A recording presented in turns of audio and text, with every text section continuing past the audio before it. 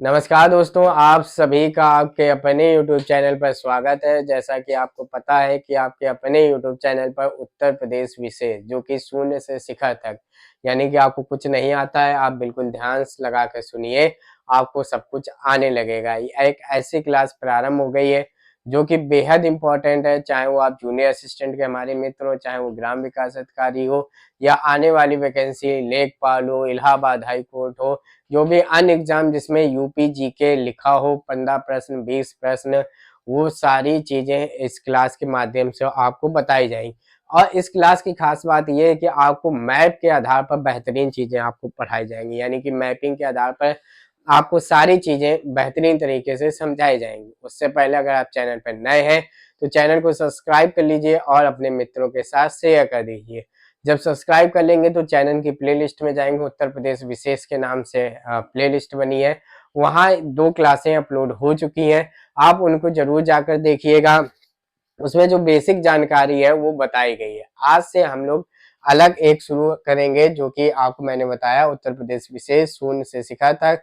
आप विभिन्न प्रतियोगी परीक्षाओं के लिए तैयारी कर रहे हैं तो निश्चित रूप से आप हमारे साथ जुड़े रहिए, एक बेहतरीन क्लास आपके सामने हाजिर है।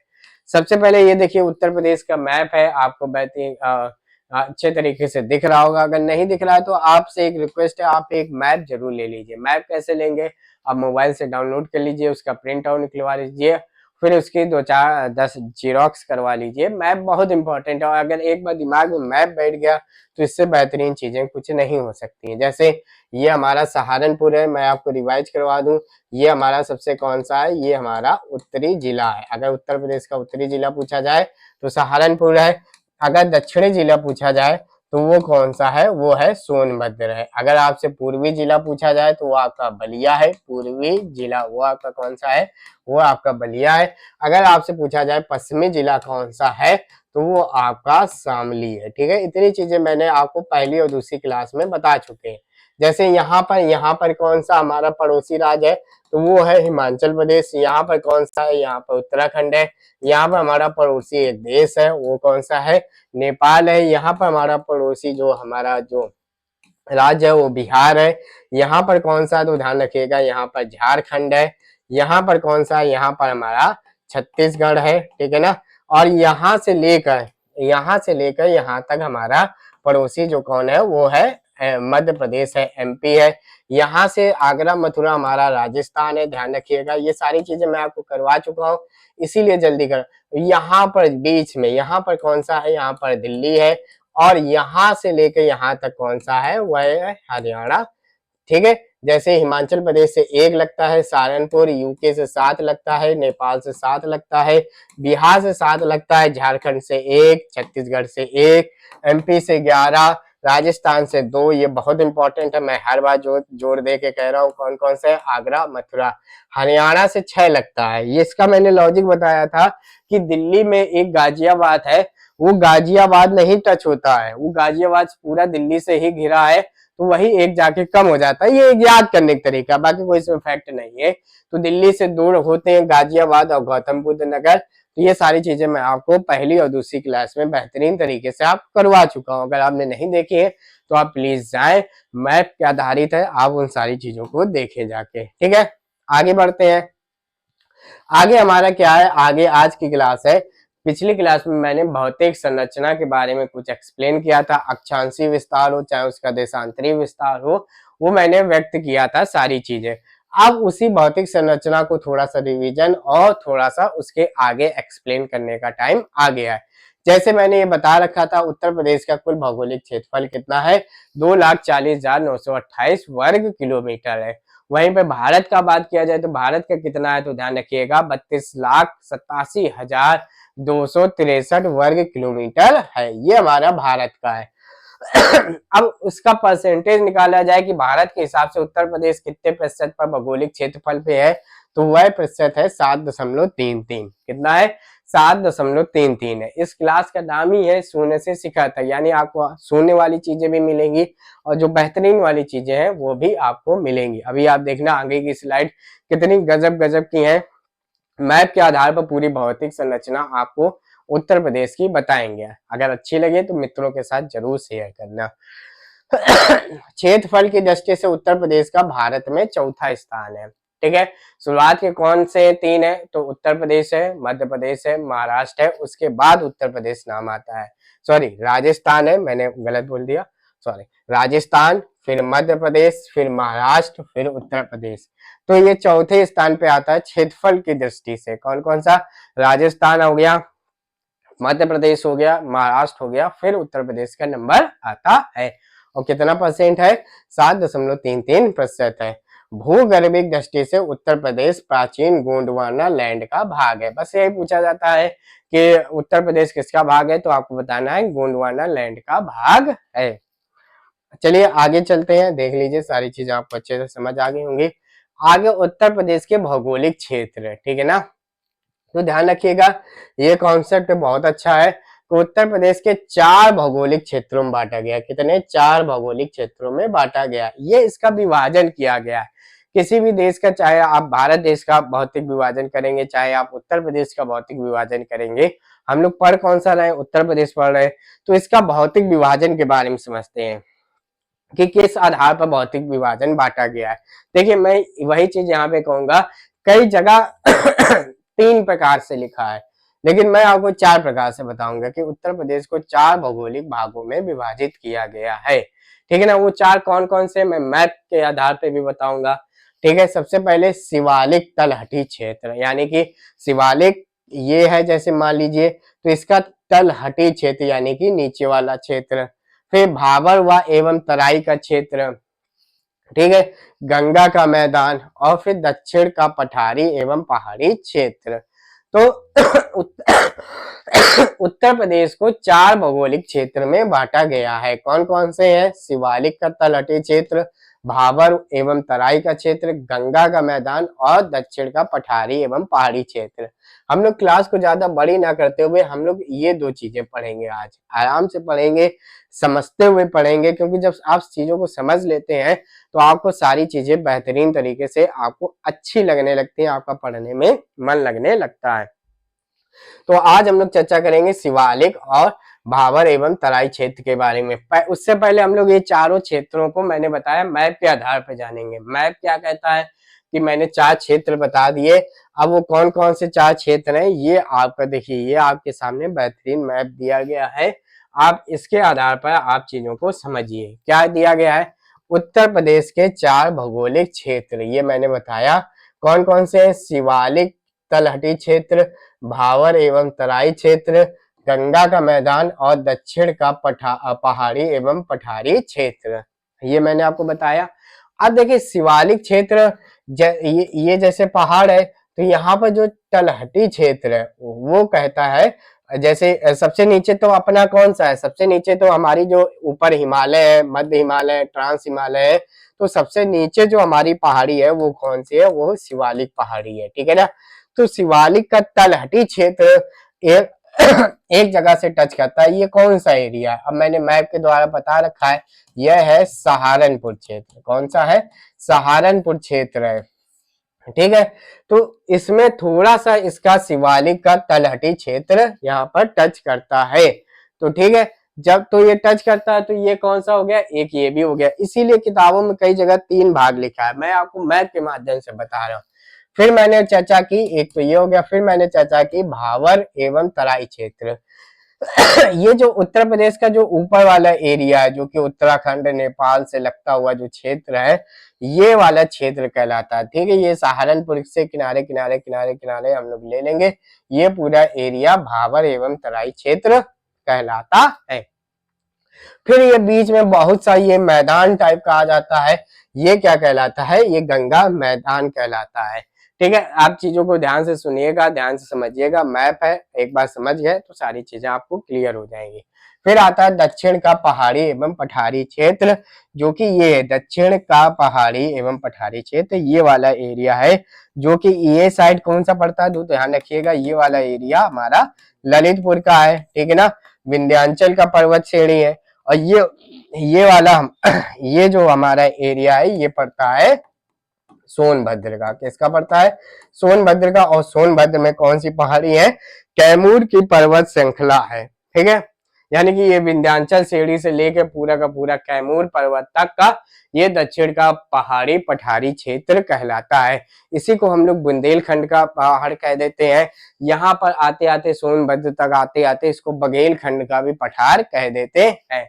तो इन चीजों को ध्यान समझिएगा, मैं मैप के माध्यम से आपको समझा रहा हूँ कि ये वाला 4 भाग है, जिसमें कि सबसे पहले शिवालिक का तलहटी क्षेत्र है, और ये वाला क्षेत्र हमारा भावर एवं तराई का क्षेत्र है, ये वाला हमारा क्षेत्र गंगा का मैदान है। ठीक है, 4 भाग है। और ये वाला दक्षिण का पहाड़ी एवं पठारी क्षेत्र, ये जो कि विंध्याचल पर्वत से शुरू होकर कैमूर पर्वत श्रेणी तक जाता है, ये दक्षिण का पहाड़ी क्षेत्र कहलाता है, जिसको हम लोग बुंदेलखंड कह देते हैं।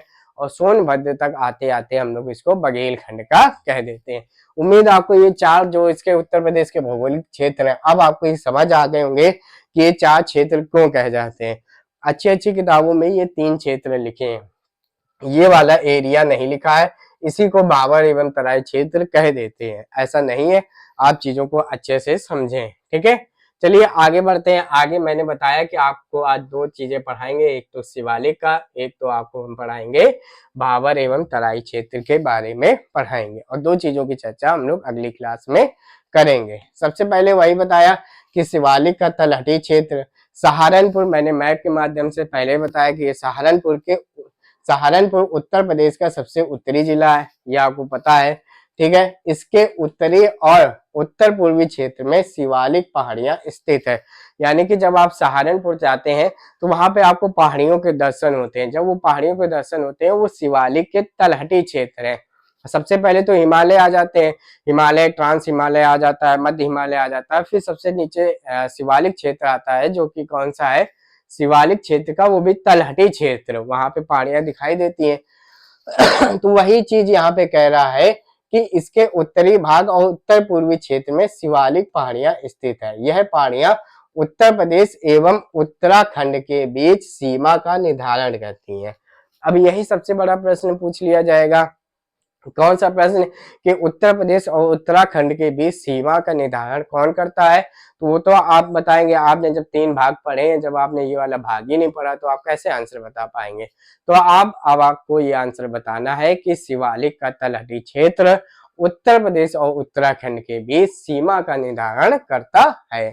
अब देखिए, शिवालिक क्षेत्र की कुछ चोटियां भी स्थित है, वो कौन सी है, अमसोट है, सहनसर है, और शाकंभरी, आपने पढ़ा होगा, शाकंभरी देवी का मंदिर आपने पढ़ा होगा, तो वो चोटी है। तो ध्यान रखिएगा, ये सारी की सारी चोटियां कहाँ पर स्थित है, ये सारी की सारी उत्तर प्रदेश में स्थित है। ठीक है, अमसोट हो गया, चाहे ये हो गया सहनसर हो गया, चाहे शाकंभरी हो गया, ये सारी की सारी चोटियां उत्तर प्रदेश में स्थित हैं।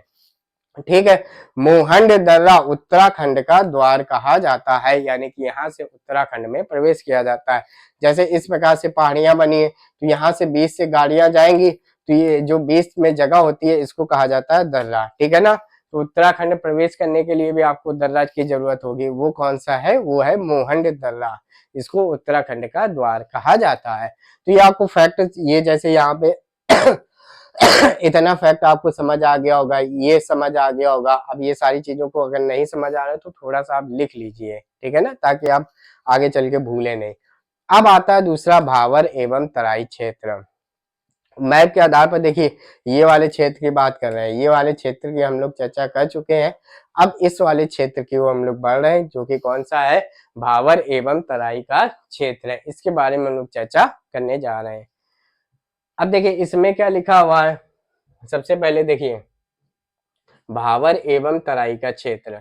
अब देखिए इसमें क्या लिखा हुआ है, भावर क्षेत्र का विस्तार पश्चिम में सहारनपुर के नीचे हिस्से से लेकर, ठीक है ना, पश्चिम में सहारनपुर से लेकर पूर्व में कुशीनगर तक, कहां से लेकर, सहारनपुर से लेकर पूर्व में कुशीनगर देवरिया तक लगभग 34 किलोमीटर चौड़ी पट्टी के रूप में है। इसकी चौड़ाई पश्चिम क्षेत्र में अधिक जबकि पूर्व में कम हो रहा है।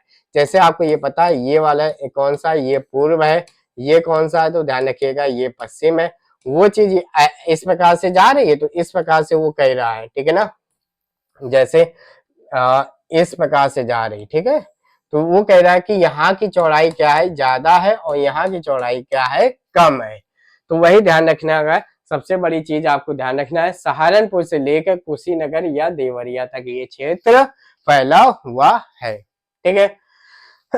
आगे क्या है, भाबर में ढलान कम होने के कारण नदियों का प्रभाव कम हो जाता है, जिससे नदियां अधिक मात्रा में अवसादों का निक्षेपण कर पाती हैं।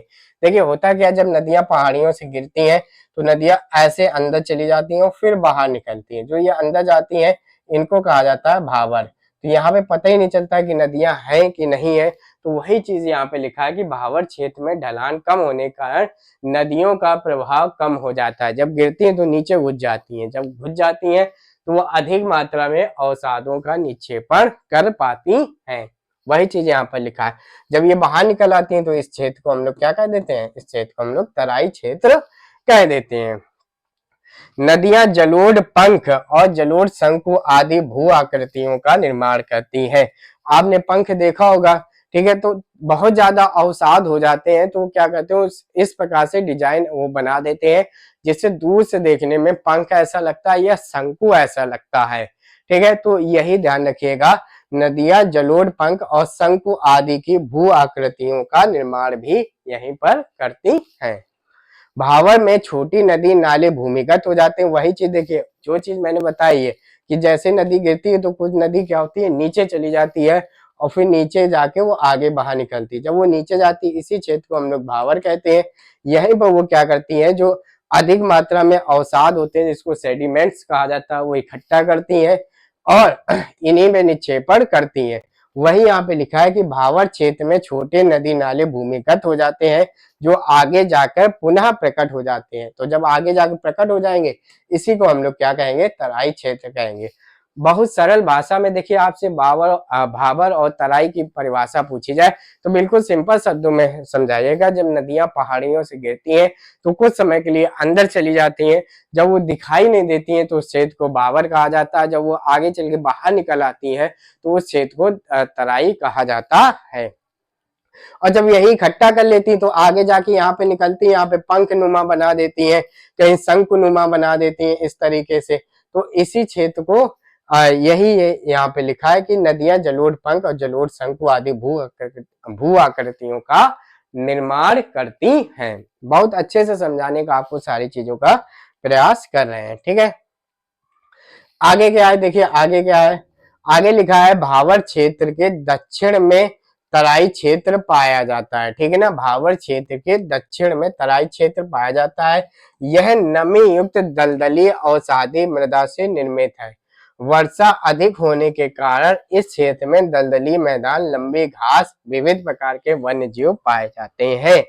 अब देखिए जब नदियां बाहर निकलेंगी तो बाहर निकलने से पहले दलदल होगा। भाई जहाँ पानी भरा होता है वहां पर क्या होता है, सिंपल सी भाषा है, कोई ऐसा नहीं कि कोई भी लाइन बहुत कठिन है। मैं बहुत सरल तरीके से आपको बता रहा हूँ सारी चीजें कि जब अंदर गई, अंदर के जब बाहर निकलेंगे, आप पानी के पास जब जाने शुरू होते हैं, जैसे आप कोई नदी के पास जाए, कोई समुद्र के पास जाए तो पहले देखा होगा पानी दलदल ही होता है।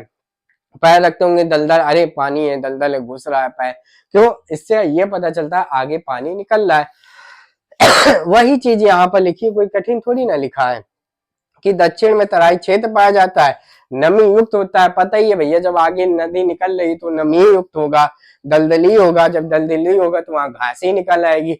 जहाँ घास होगी, जहाँ जानवर, जहाँ घास होगी वहां वन्य जीव भी पाए जाएंगे। इतना कोई रॉकेट साइंस नहीं है समझने का। बस मैं आपको 4 भाग प्रकार बता रहा हूँ, उनको आप अच्छे से समझिएगा। कोई इसमें आप समझिए कितना भी घुमा के प्रश्न देगा तो यहीं से प्रश्न है। जब आपको सारे कॉन्सेप्ट क्लियर होंगे तो कहां से वो प्रश्न नए थोड़ी ना बना देगा। ठीक है, और आखिरी में क्या लिखा है, ये लिखा है शिवालिक की जो श्रेणी की डुडुआ श्रृंखला है उसका विस्तार पूर्वी उत्तर प्रदेश के तराई भाग तक है।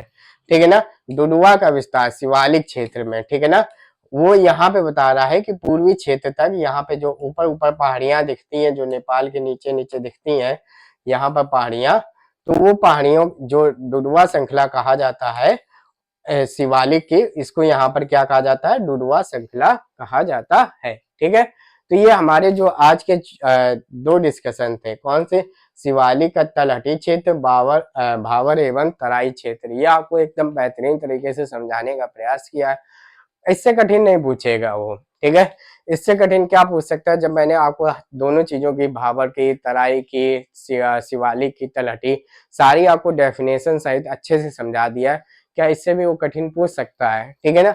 जो अगली क्लास में हमारा डिस्कशन रहेगा वो गंगा का मैदान रहेगा, दक्षिण का पहाड़ी एवं पठारी क्षेत्र रहेगा। उम्मीद है आपको ये सारी चीजें अच्छे से समझ आ गई होंगी। ये आपका मैप है, आप प्रैक्टिस जरूर करिएगा। और हमारे जो मित्र हैं उत्तर प्रदेश में जो तैयारी कर रहे हैं, उत्तर प्रदेश यूपी जीके की, चाहे वो जूनियर असिस्टेंट की हो, चाहे ग्राम विकास अधिकारी, लेखपाल, इलाहाबाद हाई कोर्ट, जो भी अन्य एग्जाम है उनकी तैयारी कर रहे हैं, उनके लिए क्लास काफी महत्वपूर्ण होने वाली है। आप अपने मित्रों को भी अवश्य बताएं, शेयर करें, ताकि आपको उनको भी अच्छे से समझ में आए। अगर उनको कुछ नहीं आता है तो शून्य से शिखर तक ले जाने का काम हमारा होगा। आप हमारे साथ टेलीग्राम और व्हाट्सएप ग्रुप में भी जुड़ सकते हैं। अपने विचारों को व्यक्त करने के लिए आप कमेंट बॉक्स का यूज कर सकते हैं। धन्यवाद।